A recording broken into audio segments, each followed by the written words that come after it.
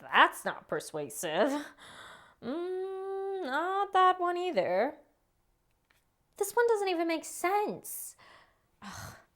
We're here at Metromax Marketing, Media Metropolis's advertising center. They were famous for their catchy ads, but without the key to the city, they've forgotten how to advertise.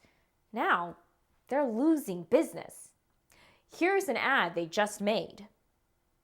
Swift Ride Classic. It drives pretty well. That's not great. Here's another. Eat at Mario Sandwiches if you like sandwiches. And this one just says, buy this stuff. Ads should persuade their consumers, and these are not persuasive. An effective ad sticks in your mind.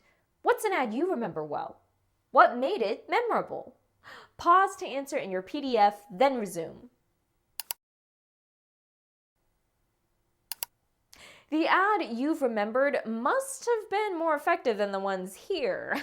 We've got to help Metromax Marketing. Mia found some notes on advertising techniques we can use to take these ads from awful to awesome. To help Metromax, we'll learn the importance of analyzing ads, explain several marketing techniques, and apply those techniques to improve one of those not so great ads we just saw. Let's go pitch some ideas.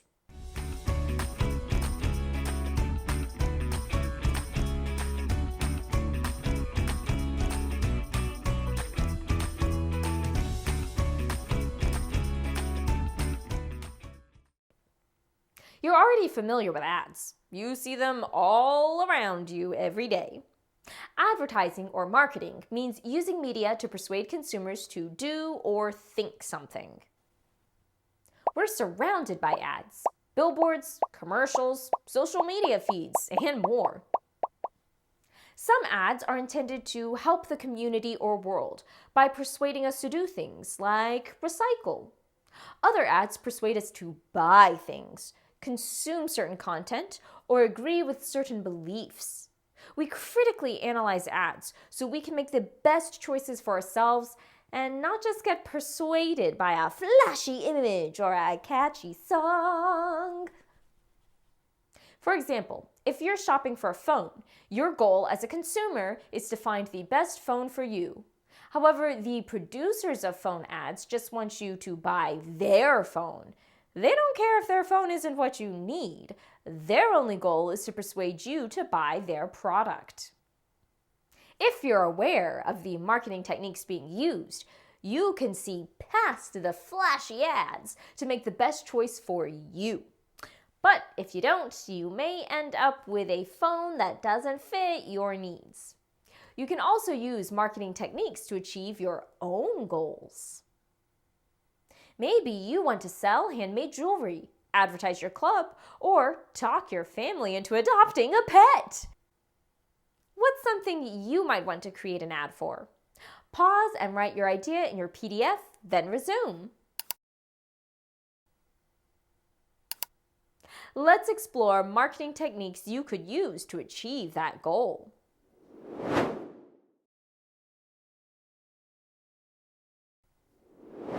You learned some persuasive appeals in Unit 2.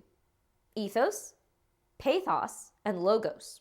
We'll think about those alongside the new techniques we learned today. In your PDF, review by matching each term with its meaning. Pause and resume when you're ready to check your answers. Go ahead and check your answers and correct any mistakes. In addition to what we know about ethos, pathos, and logos, Mia found explanations of 3 marketing techniques. We'll review them, then apply them to improve those not so great ads. First up, cherry picking. Cherry picking is like when someone only picks out the cherries from the fruit basket because those are their favorites. In marketing, cherry picking means choosing only the good things about a product or service to show to the consumer while ignoring any flaws. This makes the product seem amazing, even if it's actually not. Cherry picking appeals to our sense of logos because it seems to offer logical reasons that the product is great. However, because the information is incomplete, it could be misleading. The next technique is called glittering generalities. A generality is a broad statement without specific details, like, games are fun. Glittering generalities are emotionally appealing phrases that lack substance. They sound great and make consumers feel excited, but they don't tell us anything useful about the products. Consider slogans like, "The ultimate gaming experience awaits," or "One taste and you're in paradise." They're exciting but meaningless phrases. Glittering generalities appeal to our sense of pathos because they stir up positive feelings toward the product, even though they don't actually tell us much. Last up is plain folks.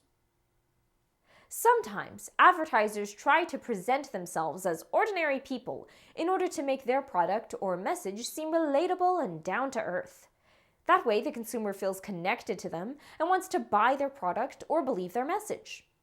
Ads using the plain folks technique may have actors that look like they could be our neighbors, saying things like, "I know what it's like," or "just like you." The plain folks technique relies on ethos because it appeals to our sense of trust. However, as thoughtful consumers, we should remember that the advertiser may not actually understand our needs. Okay, we've got 3 tools we can use to create effective marketing. Let's apply these techniques to some ads.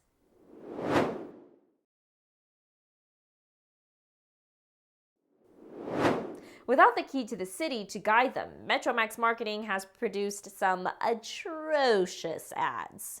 We'll apply what we've learned to fix one. Let's focus on this car ad. It definitely needs work. In your PDF is a space where you can follow along and design your own car ad.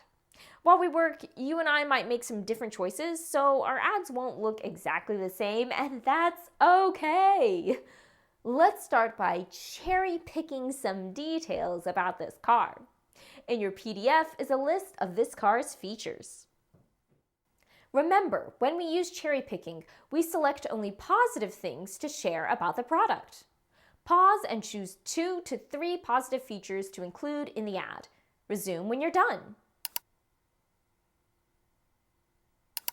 The highlighted options are positive, so we'll focus on those. Which did you choose?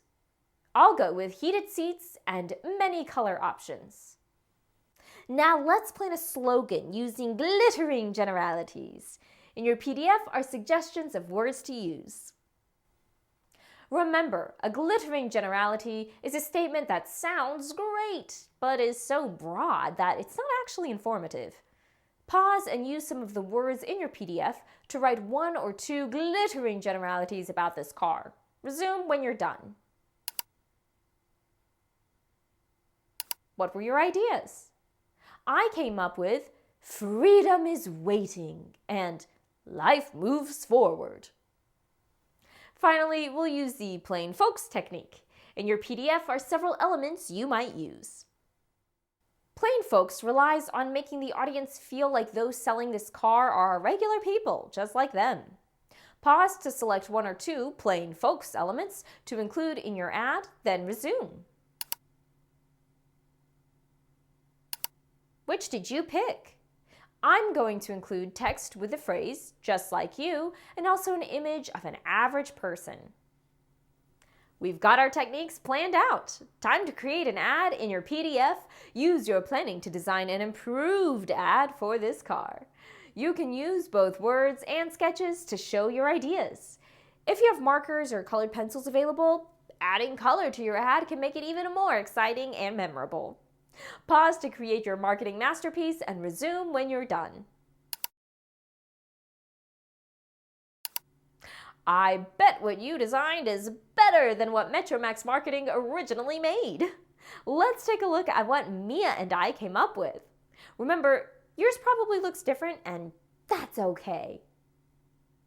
We used the common folks technique in this text at the top. We also included a regular person next to the car. Then we put our 2 glittering generalities. Finally, next to the image of the car, we have our cherry-picked facts. What do you think? I'm sure your ideas were great too. Thanks for pitching in to help Metromax fix that awful ad.